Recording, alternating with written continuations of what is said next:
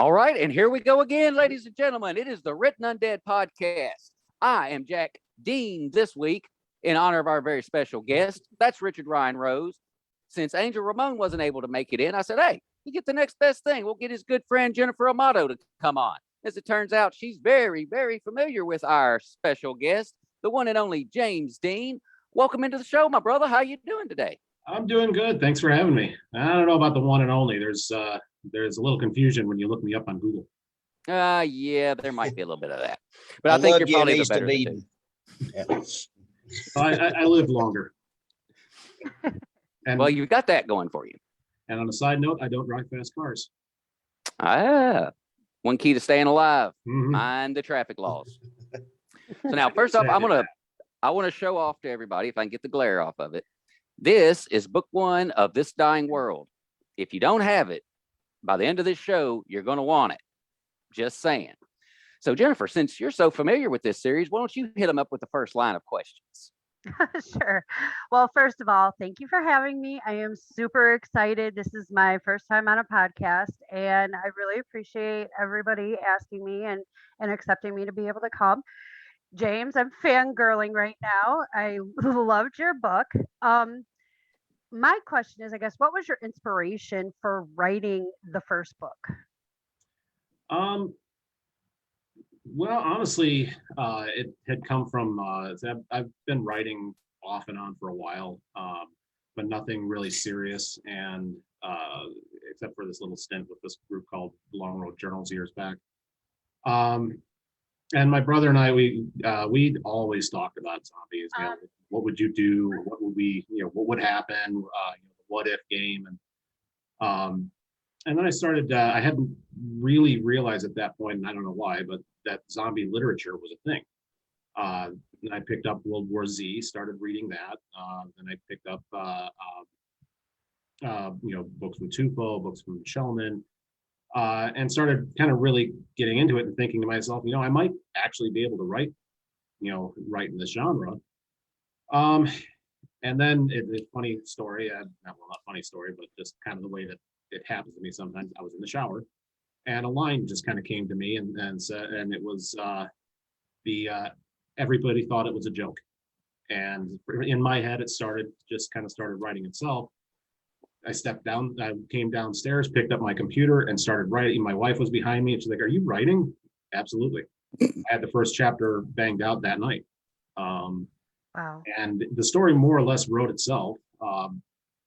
It's actually, I see a meme floating around Facebook a lot that kind of sums it up. It's not really an author. I'm just I'm watching what my characters are doing and I'm writing up an incident report. Wow. That is funny.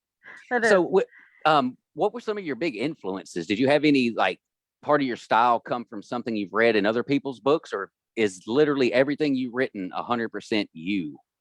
I'd say I've been influenced from a lot of different genres, a lot of different authors. For when I first started reading, seriously reading, I gotta say back in sixth grade was when I started picking up, the classics. One of the first books that I read was Robinson Crusoe, Aesop's Fables, the Arabian Nights, a lot of short stories. Then I moved into Clive Barker and found that I really like horror. I really like suspense. I became a fan of Stephen King's short stories, a few of his longer novels, but really more of a fan of his short stories. So I took a lot of influence from that. Then of course, Sword and Sorcery. I'm a big fan of Robert Jordan. I still have never read any of, I'm having a bad time with words today. Says the writer. Yeah. Tolkien. Tolkien was a very, very big influence on my Sword and Sorcery writing. I just absolutely love the way that he could craft a story and a world and a complete environment. So I'd say that I take a lot of my writing style from just a lot of the different influences from across several genres. And then I kind of made it my own. And I'd say there's sometimes that when I'm reading people who are telling stories through narration, The narration usually is fine, but then you see people talk, and I read it. It's like nobody ever talks that way. Why would so? One of the things I wanted to try to do is make all my characters talk like a normal person. It doesn't always work, but sometimes, I think a lot of times that rings more true with readers. It's kind of hard to pinpoint where I got my writing style.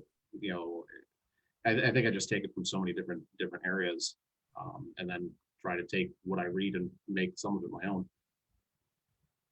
Okay. All right.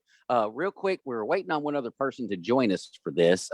Hey, Rich, could you try to resend that link to Doug? He's having a little problem with it. It's asking him if he wants to start a meeting. And I know he knows how to get in, so I don't know what's going on there. But yeah, Doug Kay, our boy from the UK, is going to try to get in with us here and hang out a little bit today. So now, as you're going through the writing process, what are some of the big stumbling blocks you run across as you're trying to put together your work? Sometimes I'm my own worst enemy. So I've written myself into so many corners, and then I keep trying to force it to work. And that's one of my biggest problems, trying to force something to work. And sometimes I'll spend weeks on because I don't write various chapters. I do start to finish. So I jump to another chapter and come back. It just doesn't work right in my head. So when I write myself into a corner, I'm stuck. And I know in the back of my head, if I'm fighting for something to work, it doesn't work and it shouldn't be there. Take it out and do something else. And I got caught up a lot in the second book. The third book is, in a lot of ways, the ending of the second book did write me into a big corner. But that was intentional. I kind of knew I was going to come out of this with a challenge to try to move forward. But I probably deleted in book 3. God, I think at one point I deleted 20,000 words because that much of the story was not working. And then when I read through it, it was I do kind of a first person from the main character, third person from everybody else. And it got into so much third person from a single character's viewpoint that it was almost not my story. It was somebody else's story. So I just recently eliminated that, which is, one of the reasons it's taking so long to get this book out is I keep fighting with myself, and of course, life has hit over the last few years. So, but yeah, I'd say I'm my own worst enemy. I write myself into corners too much because I'm going off on my brain goes off on a tangent and likes to take my story with it. And sometimes I have to tell my brain to sit back and shut up. I feel that. I really feel that. So now, Jen, I know you do beta reading. So I'm going to ask this to James. How often do you use beta readers? And if so, how much influence do they have on what you're writing? I use beta readers if I write a paragraph. I will always use beta readers. And a lot of times, in fact, almost every time that a beta reader comes back to me and says this doesn't work, they're right. So I heavily use beta readers. I think they're almost, if not as important as a good editor. My first beta reader for the first book, the one that had the most influence on the changing of the ending was Giles Batchelor out of UK. He's beta read for quite a few authors. Of course, my wife reads over almost everything I write, and she has this belief that every paragraph I write, I should knock off the last sentence. That I just keep running on with it. So she says we do that. We agree sometimes. Most of the time we don't. And then it's always fun when the editor looks at the paragraph and said, "Yeah, you should get rid of that last sentence." Like, son of a bitch. But I like that last sentence. So now, with the beta reading thing, I've never done it. I wouldn't mind doing it, but I've never done it. What do you have to do to be a beta reader? If I'm looking, sometimes just ask. Now, is there like any kind of a program you have to have? Can you do it on a tablet? Can you do it from a phone? Does it have to be a computer? If you could pull up a Word document, and sometimes, sometimes I'll PDF them, but it's just for size. But if you can open it, then yeah, you could read it. Of course, I won't just take anybody that comes up. I mean, anybody can ask. But if somebody that I've never talked to, that has no history on, that's not in any group that I'm in or not a friend of mine, it's very unlikely I'm going to send you a manuscript. But if it's somebody that I know that's in the community that is very active and is trustworthy, then yeah, a lot of times, I think it was actually Rosa, who a character in the book is actually named after Rosa McBroom. And oddly enough, her name is Rosa. But she hit me once and said, I do read. It's like, there you go. And I did use a bit of her advice. So yeah, absolutely. Anyone is free to reach out. Just don't be offended if I say no. But sometimes I'll have, more than enough readers. I don't want to offend anybody. But if I say no, it doesn't mean no forever. It just means that no right now. Yeah. Well, that's totally fair. Yeah, you're kind of piggybacking all that. I think it's important to also pick someone who is not afraid to tell you if something sucks or if something is stupid. Somebody's going to give you, give you actual feedback and not be afraid of hurting your feelings. Oh yeah, absolutely. And I've found, and maybe you found the same, in the zombie genre, a lot of people don't care if they hurt your feelings. I'll tell you this. This sucks out Oh, loud. good. I was just wondering how that beta reader, when they come back to you and is like, I'm not so sure about this, or they've marked up your stuff and looked at it. I always wonder if I'm hurting feelings, and I hope I'm not, and I'm not doing it to hurt feelings, but I just want whoever I'm reading for to be the best writer that they can be. And there's just some things that I find where I'm like, that doesn't even make sense. And so I put in my 2 cents, and I'm always afraid that I'm going to be like, that person's going to never want me to do this again.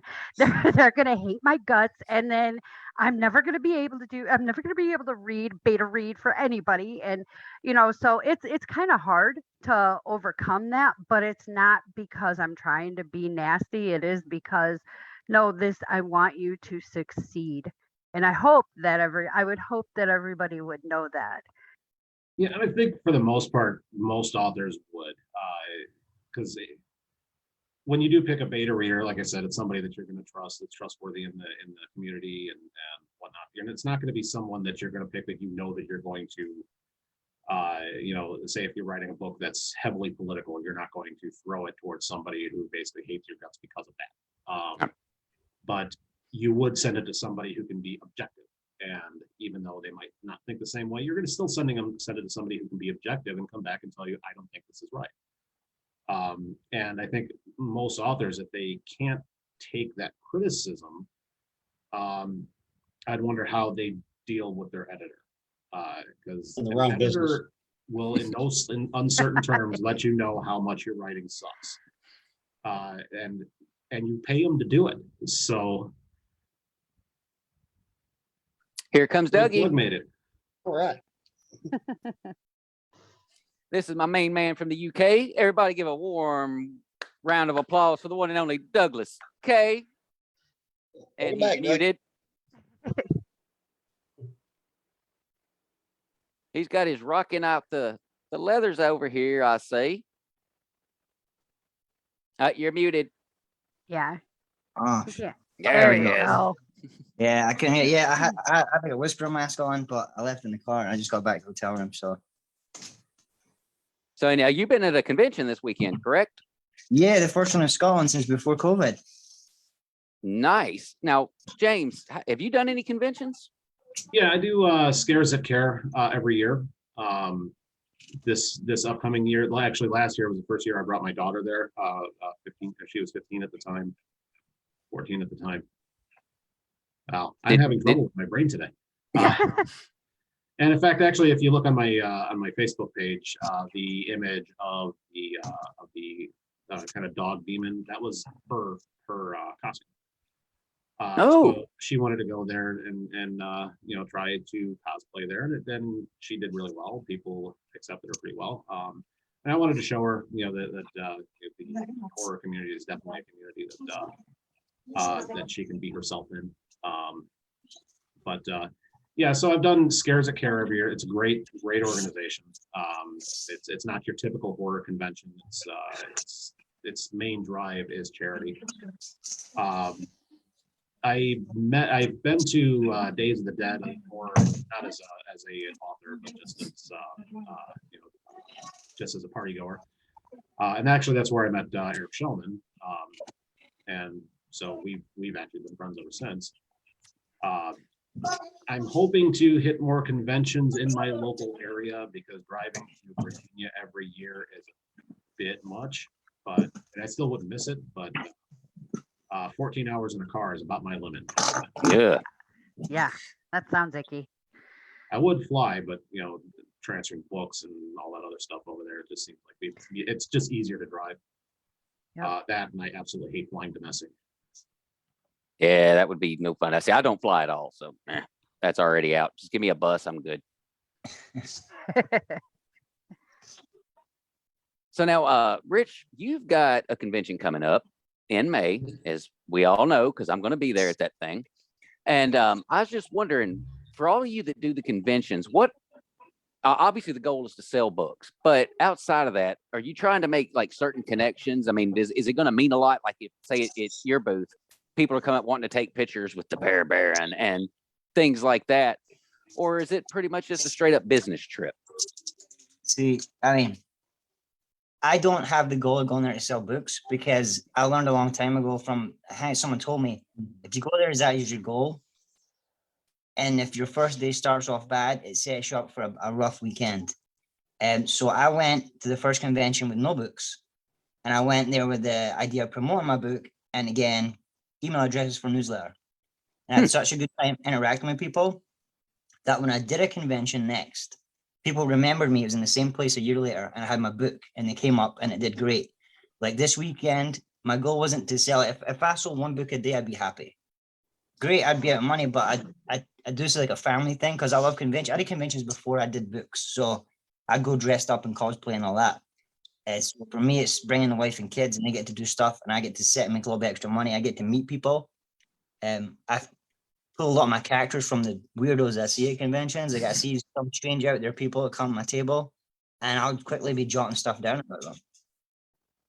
Cool. What about you, Rich? You done any besides the one you've got coming up?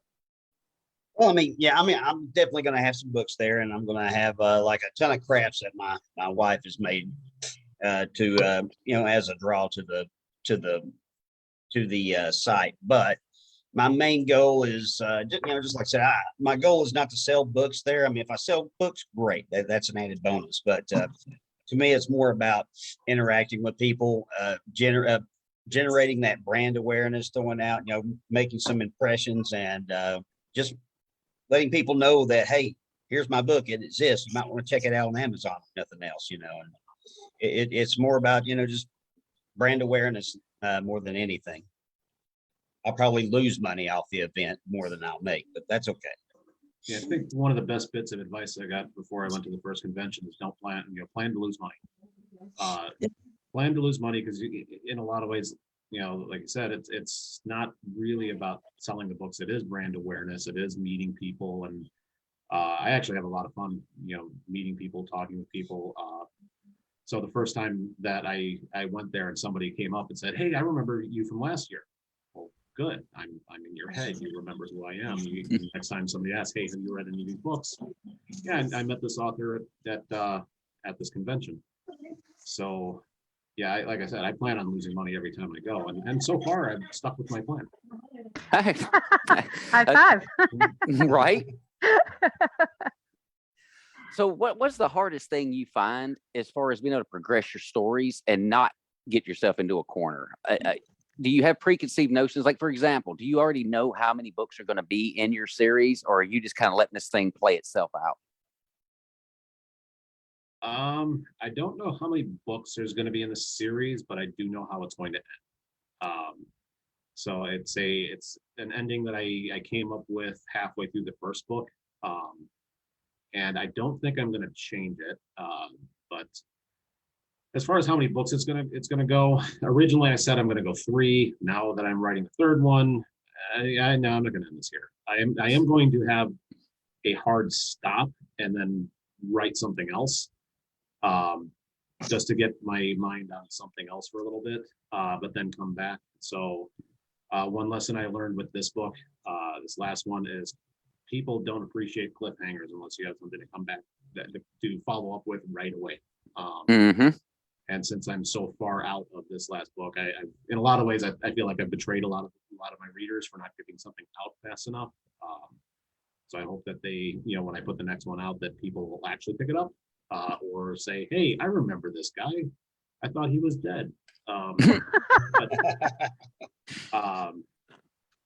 so yes, I'm thinking, if I were to make a guess, probably 5, but I don't want to lock myself down on that because I think I got more story than I want to tell. Beautiful.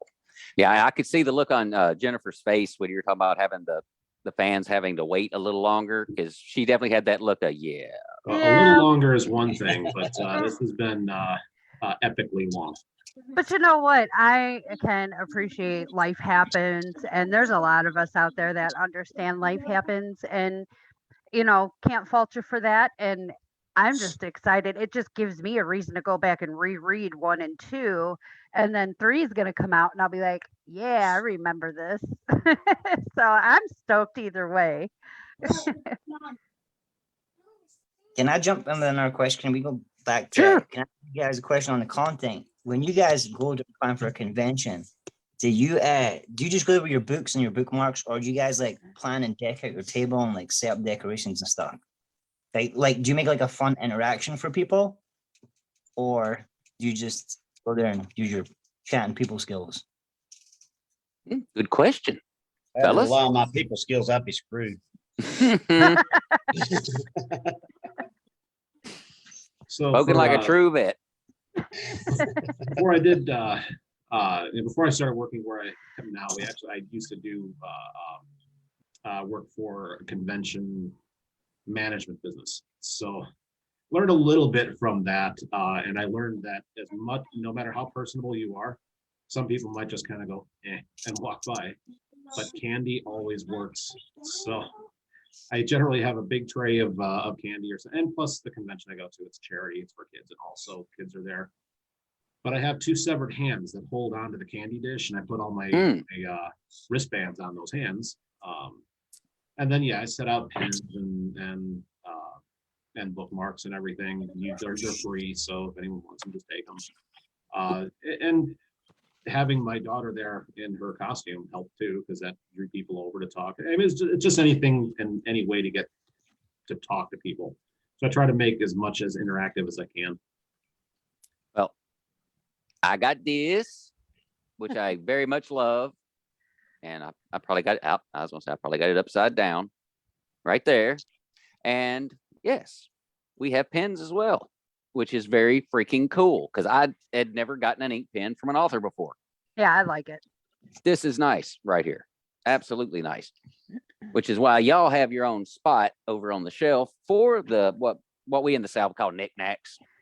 So guts to have a place for the knickknacks. I think that stuff is super important. It helps market your brand, helps market your name. It gets you out there, and at some point people lose pens or pass them off, and somebody steals them from whoever, and so that's also inadvertently getting your name out there. So I love the pen fact. I love the thought of the pens, the bookmarks.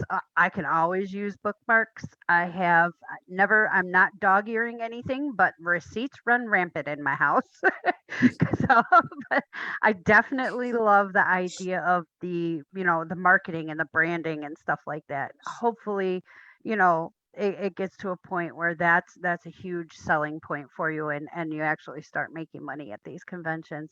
I know you're expected to lose, but hopefully you guys can start making money. Yeah, I used to be International Guard recruiter, and I worked for in marketing for their International Guard Readiness Center. So I traveled all over the country, going to different various types of events. We had a mobile asset that we sent out to these events to draw people in, get them registered, and all this and all that.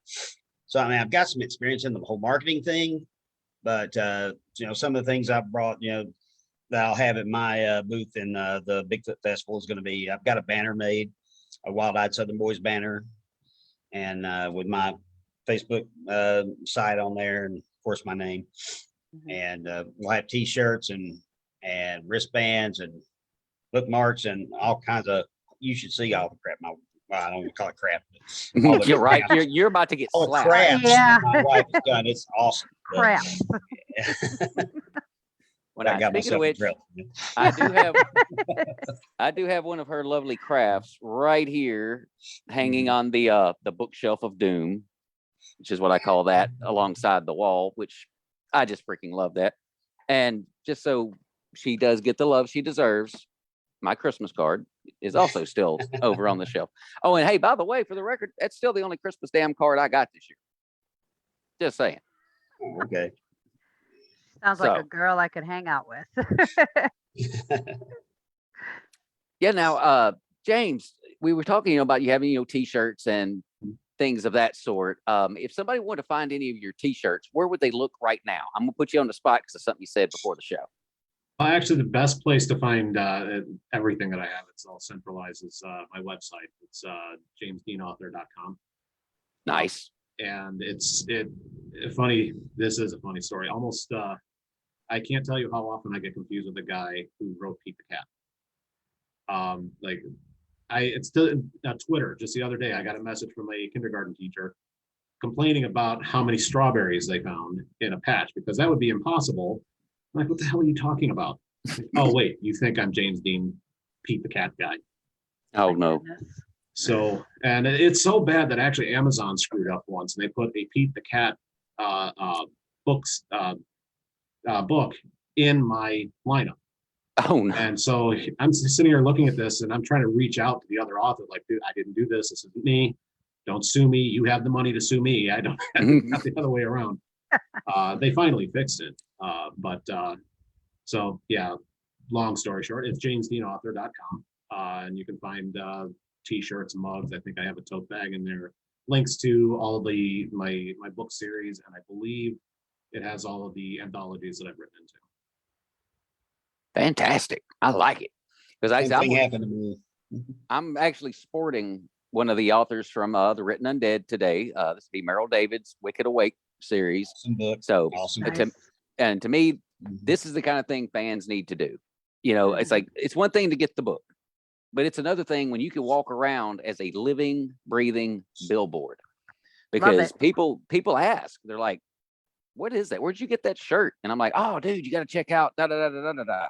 And I'll start talking to people, just total strangers at Kroger, and they'll be just asking me questions about things. And hell, I'm a talker, so I'm gonna tell you about it. You may not want to hear about it once I get started, but I'm gonna tall you about it all day, every day. So I'm all about the swag, man. The swag is where it's at. I love the merch. Yeah, and on the author side, actually, I saw Chris Philbrook say something the other day that definitely rings true. If you have merch, wear merch. If you have something with your name on it, wear your name.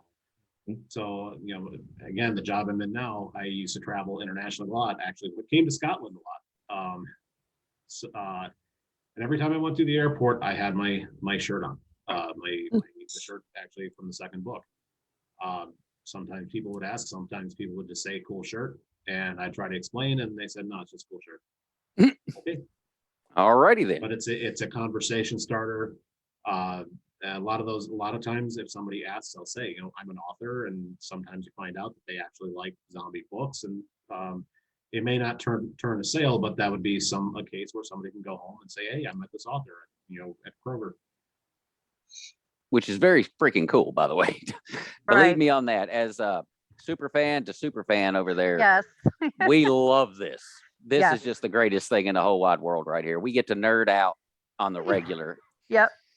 So when did you first discover that there were groups that you could join and become part of and kind of, help each other out and share this, share that, and comment to each other and all that. When did that happen? Actually, I discovered the groups before I started writing. So the first group I was a part of was a group called, wow, I'm having a hard time today. All Things Zombie. And my first story that I was ever actually accepted into into an anthology was from All Things Zombie. So as a matter of fact, I got the first contract that ever signed hanging up on my wall from ATZ. Sweet. So from ATZ, I started looking at or started branching out, seeing who else was out there. And so now pretty much all of my groups revolve around writing books, zombie books, or writing in general, barbecue and cigars. Okay. Well, you keep talking about food. You're going to make me hungry. I know. It's Anyway. lunchtime here in Arizona. Basically that here in Tennessee, but I know I got meatloaf coming home and I'm just Chomping having at one of the those bit kind of for it. moments. Yes, meatloaf sandwich in my future, just saying. So now, if you could offer any advice to any author who's just getting started, maybe they've got the first book out or they're working on the first book, what's the first thing you would tell them to do? Write what you want to read. Write a book that you yourself would want to read. And there's going to be people out there that are like you that will want to read what you want to read. I would say don't overthink it, because I really got caught up in the publishing and the business part of it before I ever even hit the publish button. So get the book out, or get your thoughts on paper. Your first draft is not going to be literary genius. Make sure you read it, reread it, reread. I probably read my first book 20 times, and every time I went through it, I found something else. But yeah, write what you yourself would want to read. Make sure that you have an editor that you trust, and make sure that you listen to that editor, because they're there to help you. And like we talked about before, beta readers, absolutely important. But yeah, and then if you're not loving what you're doing, take a step back and try to figure out what is it that you need to change. Because writing is kind of a love-hate relationship with yourself. You love what you're doing, then you hate yourself for doing it. Yeah, it's don't make it overly hard on yourself, because it will be stressful. There will be points where especially when you get into the publishing, and especially the first time you get a bad review. Oh, that was like, okay, where does this guy live? I'm gonna go to his house and argue with him and maybe punch him. I don't know. But just kind of relax as you're going through it. You won't be able to. That's kind of in a lot of ways BS advice, but try to. Right. And don't overthink it. Don't overthink it, and don't spend too much time in your own head. I have a question. Damn good. Rocket. What do you do when you have those moments where you're like, you've just hit a wall, you have that writer's block? How do you get yourself out? Bourbon. Oh, never tried that before. I should try that. Sometimes it's a matter of you've had a long day and you're tired. Sometimes it's you shouldn't be writing right then. So if you have something else that you do that's a hobby or it's creative or something, do something else creative to keep your mind in that creative mode. Got it. But walk away from it for a little bit and then come back. Or go back 2 chapters and reread all the way up to where you're having that problem. And you might actually see why it's not working. Something in your head is telling you this is not working for you, but you can't really quite remember why. Which is a lot of times why I do start from the beginning of my book and read through when I'm running into those, why I delete 20,000 words in one shot, because it just wasn't working. Now, I'm going to ask a question based on your dedications. Mhm. So it says, this book is dedicated to my wife and daughters, who always stood behind me, cheering me on. A special thanks to my family, new and old, and friends who supported me throughout this project. You know who you are. And Claire Smith, because you asked me to. Who is Claire and why did she My ask? sister-in-law. So she was my very first beta reader. And so when she finished, she said, you have to mention me in the special acknowledgement. Like, okay. So I put that in there because you asked me to, just to get a laugh out of her. That's very cool. Now, the It next thing is. I want to point out, because this is something I don't see in books hardly ever anymore, to be honest with you, and I miss it, and I wish people would start bringing it back. And this means you and Richard and Doug over here also. But art within the book. This is a very cool picture. Who did that? So that is from my friend Matt Davis. He's actually a character in the book. When I first started the writing process, when I was actually, take that back, when I was getting to the end of the book, I was looking at the, generally you have a blank page, after your title page and everything. And I was just looking at it, I was like, I don't like blank. And so since Matt knew I was writing zombie novels, and we played a lot of zombie video games over the years too. So he decided to start doing some artwork. And he was posting that, and I saw, he sent me that one. And so I told him, hey, can you give me a little better resolution on that? And so he sent it to me. He didn't know I was putting it in book. So when he got the first page, he just kind of turned to it and stopped. He's like, dude. So I just liked the as a matter of fact, on my author page, there's a couple of other, I think that one is in color on the author page. And he's got a couple more in there, but yeah, I just since he was in the book, and he's been a friend of mine for longer than my memory goes, and so I thought, he's an artist, and I just kind of wanted to do that for him. Is that the same guy that did your cover art? No, so that was Christian was the first book, and I am having a horrible time with my hat. Maybe it's squeezing my brain. There we go. Now we can see that beautiful bald head. Well, I was wearing mine a hat under because I this. was having a bad hair day. Ah, So I have Jeff flyaway Koch. hair day. So Jeff Koch did the first book. And actually, if you read any of Eric Shellman's books, he's done a lot of his Dead Hunger covers. In fact, I think he's done all of his Dead Hunger books. Cool. And in fact, I did notice that you have a little endorsement from him on the cover of this. Yeah. And if I may be allowed to read such, Dean's debut novel reveals a natural, witty style that will have readers happily following behind him headlong into the zombie apocalypse. Eric A. Shellman, author of the Dead Hunger book series. Right I there. second that. That was a good review. And Eric did a lot to help me through the initial publication process. And he might have even been him who gave me the advice to write what I want to read. But he introduced me to Jeff Koch. He helped me through some of my writing process, and we became pretty good friends. He actually does my audiobooks. He's the narrator for my audiobooks.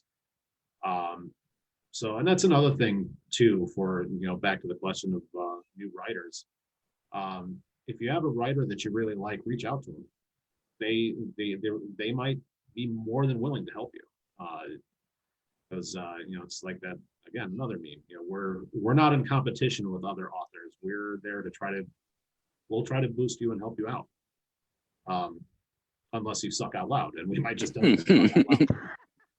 I love So that though. Don't give up your day job. No, I do actually suck, but Sean Chester still came and came and carried me and took me for coffee. Sean So- he is an incredible guy. He really Is is. he not amazing? He's a total gentleman. We went for coffee. He's always got time. If I fire him a question, he always gets back to me. If not the same day, he'll apologize for not getting back to me. Sooner get back to me. Any questions, he's always there like that. Great boy. Yeah, he really is just a great overall guy. Met him at actually he went to Scares of Care a couple years back, and we went out to dinner and everything. Just an amazing guy, and nice as can be.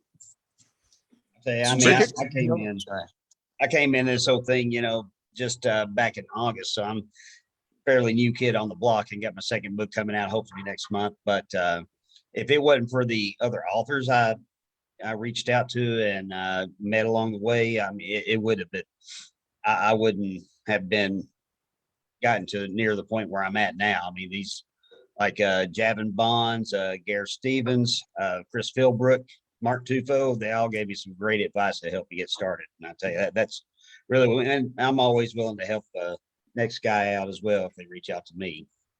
This community is amazing. The whole like writing community is probably one of the first like areas or stuff that I've seen where people are actually encouraging and helping each other rather than competing. And I think seeing that it's actually, I think that's brilliant. I have to agree with you. Being a former law enforcement officer, I've never seen the camaraderie even there like I have in this writing community. And, one thing I want to do is write a book before I die. So I'll be hitting every one of you up. Well, I've read a little bit of your writing, and I think I remember. Yes, you have. Yes, you need to put these stories to paper. Yeah, thank you. She really does. Just from what I've read, she really does have a flair for writing. I think if I don't see something from her in the next two, by the time I get my book out, I might have to call you and yell at you. Aha. I'm on it. Well, I'm blushing. I'm blushing too, by the way. As It's so hard to do.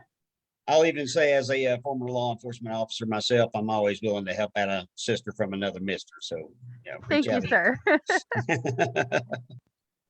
Then this is so cool how, again, like you said, the whole community of the thing. Yes. We got two fans, we got three authors, and an author and a fan have something that specific in common.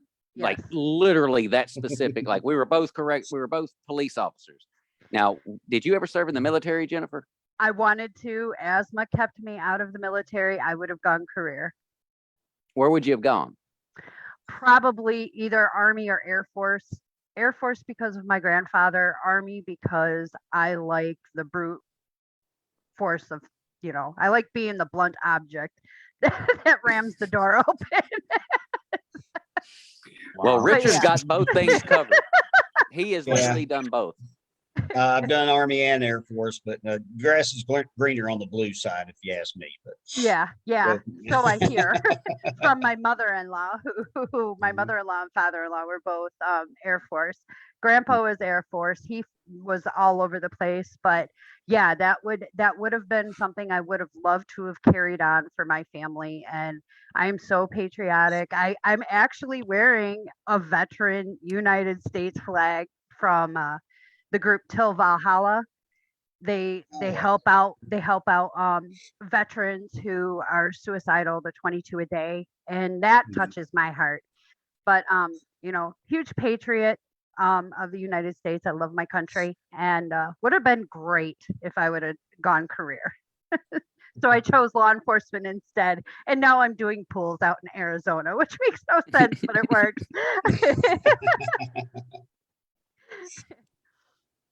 But that has helped me be able to meet all of you nice and amazing people. But the camaraderie here is top notch, I'll tell you. Fantastic. Well, now, James, when you're not writing, when you're not having, you're just off doing what you want to go do.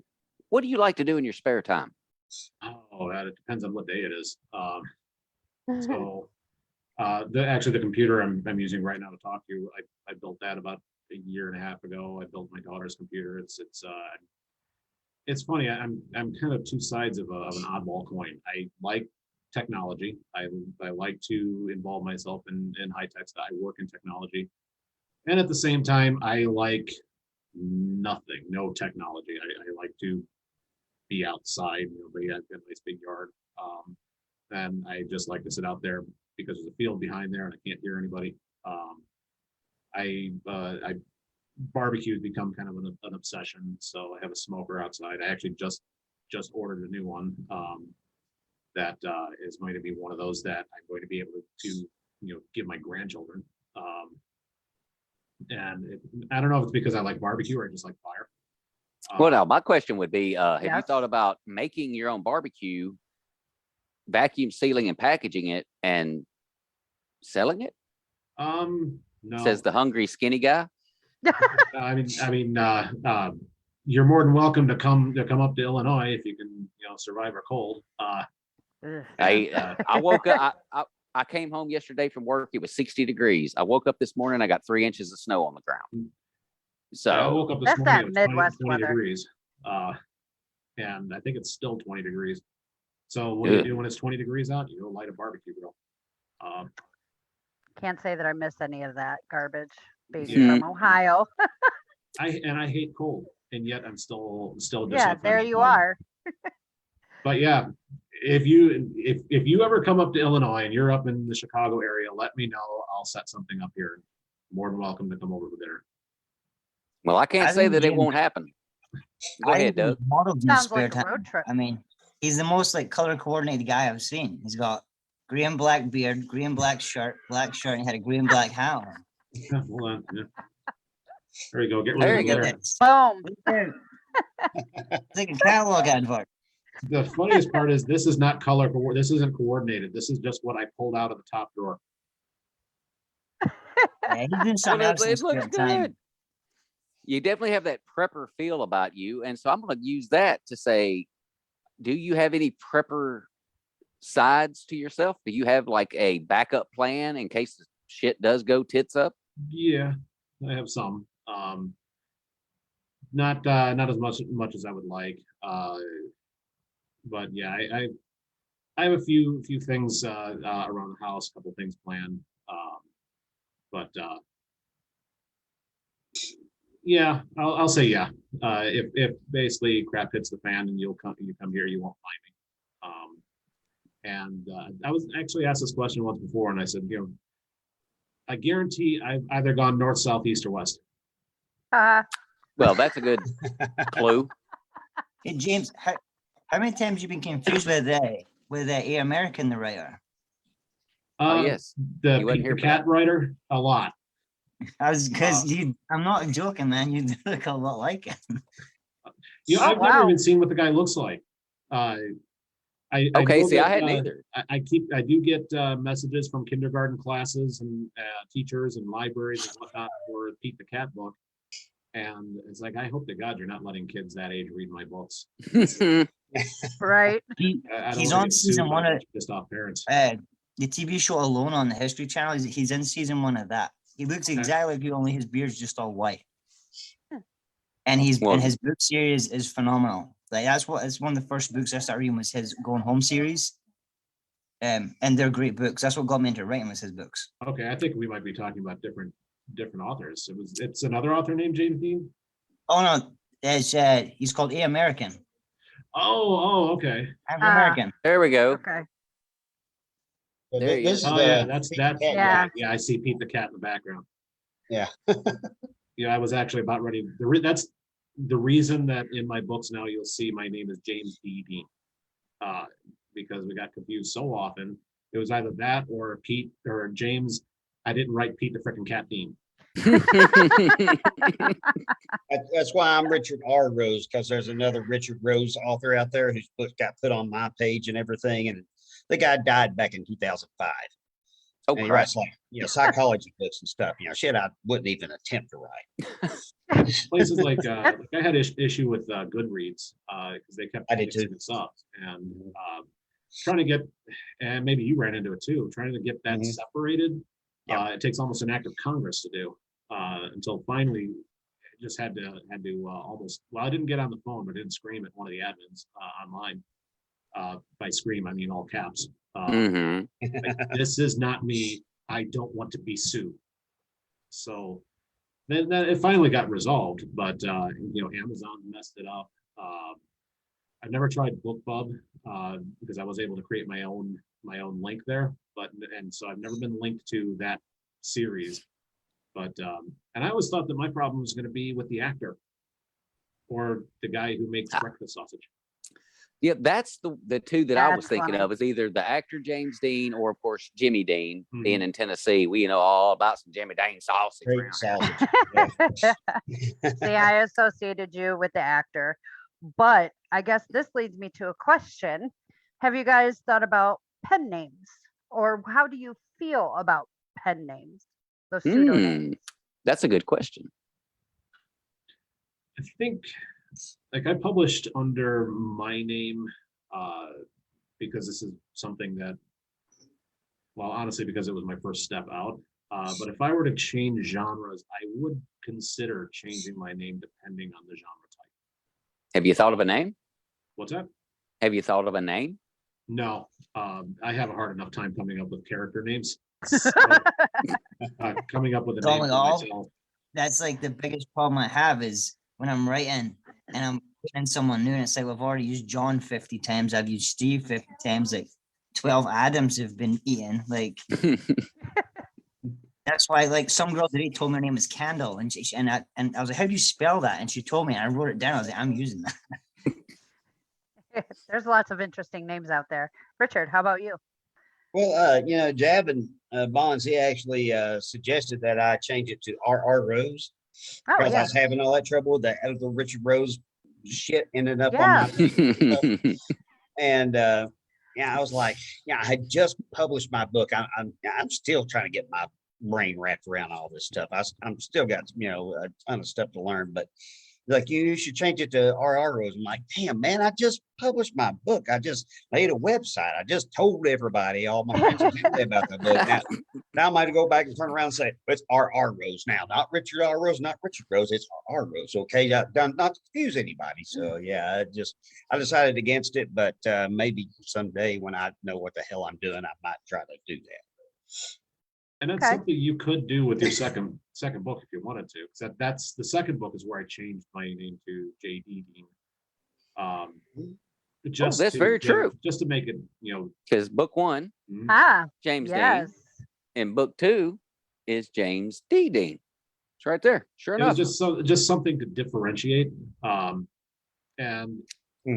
you could even on the cover of the back of your book have something author of the first book or author of this series, just so that your name can be more associated with R.R. Rose. Because I mean, really, it is real obnoxious when you start getting confused with people or with another author a lot. See, and that's what I always wondered about is why so many authors I see will use first initial, middle initial, last name. I call it the alphabet soup of authors, because we have like a C.A. Hoax. There's J.K. my Rowling. brain's J.K. Rowling. I mean, Yeah. using just the initials instead of their actual names. But my question got answered right then. Is getting name confusion between one person to the next and what they did. And as far as I can tell, there's no Jack Childress out there that ever wrote a book. As Well, there far you as I go, know. Jack. There you So go. maybe I didn't could know be the that. one. I didn't know either. I was just doing because everyone else was doing. And some There's of a it Jack could also Childress be, in a book. I know. Yes, there is. And he's going to be a bad mom. Mhm. and some of it could also be a little bit of personal security too, because when you do put out a book, you are intentionally putting yourself in the public eye. If you have a family and people that there's some companies that if you work for them, they don't want you to have another business or do anything on the side. Moonlighting. Exactly. So I had I was actually seriously considering doing a J Dean or JD Dean, specifically because at the time that I published my first book, my daughter was 6-ish, and there was some concern. The only way to get it out there would be to put myself on Facebook, which meant my image, and I was a little leery because I had a family and I had a young kid at home. So now when you get your books printed, do you do them yourself or do you send these off to have them perfect bound? Because I used to run a machine. I've mentioned on the show before.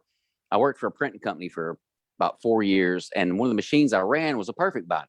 So we did these glue bound books, had to set the parameters, had to get everything right, make sure the cover would seat right, the glue was right when they pull it down the machine. So how do you go about getting yours done? Do you outsource it or do you do it yourself? But did create space for a little bit. I think pretty much everybody at the time was going to create space because it just tied directly to your Amazon account. Now Amazon does them directly, and that's. I'm not a fan of some of the mistakes I've seen coming out of Amazon, especially in my last shipment. Where I have 2 or 3 just blank pages at the end that makes a jacket not fit right. I think the glue was a little sloppy on the last order that I got. So I've started to kind of look into different print on demands. Yes, you can still buy it on Amazon, but for me to sign and give to people, or to, even if I even thought about selling them on my webpage, I'd want to give something a little bit better than what I got from the last print. So That makes sense. I'm not sure. In fact, that'd be a question, that I could ask. Has anyone else used another print on demand that's outside of the Amazon sphere? Oh, we got 2 authors here. I've heard that. I've not used it myself. I know that Ingram Spark, before Amazon did the hardcovers, I know Ingram Spark would let you do hardcovers, hardback copies of your book. But I know once you go to, for example, Kindle Unlimited, Amazon won't let you transfer the ISBN number across to Ingram Spark. So it kind of monopolizes it once you go on there. But now that Amazon themselves are doing hard copies, I've not seen a hardback copy yet from Amazon. I know it's still in the beta testing, but I'm interested to see what they end up looking like. My next one, I'm going to do the Amazon hardback. But I've had the same quality issues as well that you were mentioning. Amazon are just so. I think we need better quality control standards put in place. Yeah, Well, they one got so much suggestion I going could, on. hey, one I'm suggestion I could sorry. make is the company I used to work for. It's Lilliet and Rogers. It's a small mom and pop operation. I mean, they're big-ish for what they do, but they're still small enough that they care. It matters to them. Like, they will sweat just the slightest. Like, if I can look at the glue and see a hole right here, I can't send this book. It's got to go it's got to go right in the bin. Done. It's out of here. It's got to be done right. And that would be something I would suggest looking in, is local printing companies, because that's a dying breed, for the record. I mean, print Yep. is becoming a hard thing to really sustain. I've seen 2 or 3 printing companies go down that happened just during the 4 years that I was with the company I was with, and they're staying alive because business cards, pamphlets, brochures, doing stuff for like hospice care, like Common Core, printing stuff like that, as well as your standard books. We even did books for Discovery. They had their own textbooks, and they were all perfect bound, and those damn things were like this. You don't talk about glue issues. That was a It'd be pain in the nice. ass. It'd But be it'd be nice to some- have somebody local. Yeah, I and mean, if you- Amazon, they charge you for the shipping, which, depending on the size of the, order, it's going to be pretty significant. And Mhm. then you get, to get author copies. I don't know about anybody else, but it took me like 3 or 4 freaking weeks to get my damn first set of author copies in. It just took forever. And this Damn. last order I got, I probably would have sent back, or I would have called and complained. But I got this box of books literally 3 or 4 days before I was going to take them to that convention. So I had no choice. So when I'm sitting at my booth, I've got all these books with all the covers starting to fold up. It's like, and again, I don't expect to sell anything. I would hope to sell something, but I don't expect to make money there. At the same time, I would still like to have a product that looks like a professional product, not like something that I printed, at home. Yeah, you want something to be proud of that you give to someone. Right. And that's why, for example, Amazon, I have to order like 5 to 6 weeks in advance, just because I've had so many problems with the quality. And like you said, I don't feel comfortable someone giving me money at a convention and me handing over a book, or someone that I know personally giving them a book that's, got issues with it. It's just, and that's Amazon. The bigger they are, their standards Yep. have just dropped a lot. Yeah, they have actually, and that's even just with regular consumer shipping too. they're whatever they've done over the last, I don't know, couple of years, they've fallen off the wagon. They used to be on it. Now I don't know from the book standpoint, but I know from a consumer standpoint who buys from Amazon, I know even their shipping is just taking way too long a lot of the times. I pay for Amazon Prime. Why do I have to wait 4 or 5 days instead of getting it within the couple of days? You guys are using them as a platform to Hmm. sell your books. You guys should be, they should have those to your house within a week, no questions asked.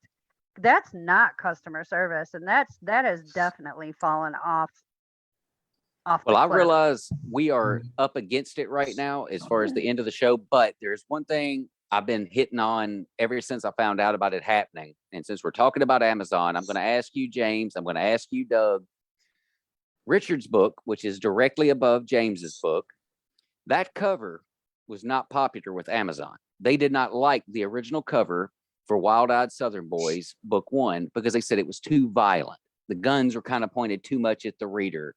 There's too much stuff going on. And yet it's a freaking cartoon. I mean, told it's you the problem I had last time. They've flagged 22 things in my book in the last month, which has never been a problem for the last year. mm-hmm. All of a sudden there's warnings and like stuff I have to take out before I can keep selling it. Well, And that just damn. happened. 22 violations, they said. Sheesh. Now, James, that happened to you? Have you had like whether it be a cover or something in your writing, anything that you've gotten flagged for? Nothing yet, and I'm kind of surprised because I Yeah. do the way, especially the way that pretty much everything is right now. Okay, like Yeah. for example, that zombie's reaching at the people. You can't have that thing reaching at the people. They ain't gonna buy it 'cause it's reaching. There's like, a come on fire in now. the background. There's Yeah, yeah, it's there's, violence. I used the word virus in there 150 times. You mentioned something about a gun. Oh no. So I don't know. It's very strange because in some ways I see some people being offended by the stupidest things. Like you're okay with a living dead eating other people, but I mention a Glock once and you lose your mind. I haven't had that problem yet, but I'm my next book cover and the next book, I'm trying to be a little bit more conscious about what can be flagged. But the honest truth is Amazon's not very forthcoming with their rules. What is not allowed? Let us know before we put it out so we're not wasting our time. Because we're spending money on the cover, we're spending money on editing, we're spending money. On my second book, I think I might have just recently made back the investment that I put into releasing it. So if Amazon, and I know there's some authors that have been hit and had their work just taken off. None in the zombie genre, but some people have had their accounts flagged and removed from Amazon. Oh my In some gosh. cases, it's because their book, because Amazon does very little to make sure that your work isn't stolen. So your work gets stolen, it gets sold on another site, and Amazon comes back and says, "Hey, you're on Kindle Unlimited, so you can't be selling anywhere else." So they get their entire profile taken down. I mean, that's destroying an author's life right there in one shot. If you don't diversify into other areas. And a lot of that can be resolved if one, Amazon would actually have some customer service that's actually worthwhile. And two, let us know what the violations are before we cross them. Now, most authors that I know, there's certain lines that a lot of us just simply won't cross. And that's kind of more of a general decency thing. Like, I don't deal with children very much because it's a sore subject with me. Right. And so generally, in a zombie apocalypse, things are going to happen to kids. That happens in the background and you see the end result of it. But I never go and step into that because I think it's just, for me, it's taboo on it. But I can't, see, I'm kind of in a lot of ways a free speech absolutist. So I don't like the idea that Amazon is coming down and censoring a lot of stuff, because in a lot of ways, that's what it is. Censoring book covers, censoring arts. How many pieces of literary art or literary works throughout history would have been lost with that at the time were considered taboo, that were lost because, or that would be lost if we were under the rules that Amazon is setting right now. And Stoker's Dracula. Exactly. That's a fucked up book. Yeah. It is. It was a fucked up movie too. Okay. It sounds like Facebook community standards all over again. Tell Huh. me what's wrong with this cover. I mean, There's seriously. guns and Sasquatch. Yeah, fighting Yeah. Wendigos and zombies. I Nice. mean, okay. That doesn't. There's Wendigos nothing are wrong. terrible. This cover is beautiful. Absolutely freaking beautiful. And when he first told me that he was having issues with it, I'm like, huh? Yeah. It doesn't mean, make they any published sense it. to What? me. They didn't have a problem publishing it, but when I went to do an Amazon ad campaign, like, nope, can't do an ad campaign. Well, why bother publishing it if I can't do a fucking ad campaign, because my book cover is so violent. But Oh, And and that's one of the it's gotta big be problems book that cover. we're having, not just with Amazon, but with Facebook and social Yeah. media in general, is they're making a lot general. of these rules retroactive. And oh, so and what we wrote before now suddenly isn't, now it's against community guidelines, and you're going to get a strike, or you're going to get taken down. Yep. or we're going Yep. to Facebook jail Yeah. in I've some had- cases. I've had some friends who have been thrown in Facebook jail for stuff from 2015, and they're literally getting it in the last couple weeks because it came up on memories or something. It's just garbage. It's Well, these days, I think if Everybody's you're in soft. Facebook jail, you got to look at the person and say, "What's wrong with you?" yeah, everybody's soft. Yep. Which is why we do this show for the not soft. Ladies and gentlemen, we have reached the end of another Written Undead podcast. I am so happy that we got to have James Dean on today. Me This too. guy I know you are, Miss Happy Face. But this has been an absolute blast. I like to end the show the same way every single time because it's at the end of the day, it's not about me. It's not about even Jennifer, who I love. And thank Nope. you so much for coming on with us today. Come on, thank you for saved having the me. day. Thank and you for Doug having saved me. the day. But as always, Richard Ryan Rose, where could everybody find you, my brother?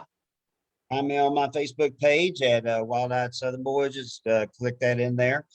Richard R. Rose author, and Amazon, Goodreads, Audible, iTunes, and richardrrose.com. Still in progress, but it's there. And Smoky Mountain Bigfoot Festival, May 7th in Townsend, Tennessee, on location of my book. So Hell yeah. Dougie. Mate, I got nothing. My personal Facebook page. I don't promote. I don't do nothing. Honestly, I just fucking write. You can find me, add me on Facebook. On Amazon. I don't know. I should probably set some up for next time you do one of these. But you just spring them on me. 20 minutes. I was in the shower. Hey, Dougie, you want to jump on? So. Well, hey, next blame time Angel for that. Hey, me and Angel had fun last time. It was me and him.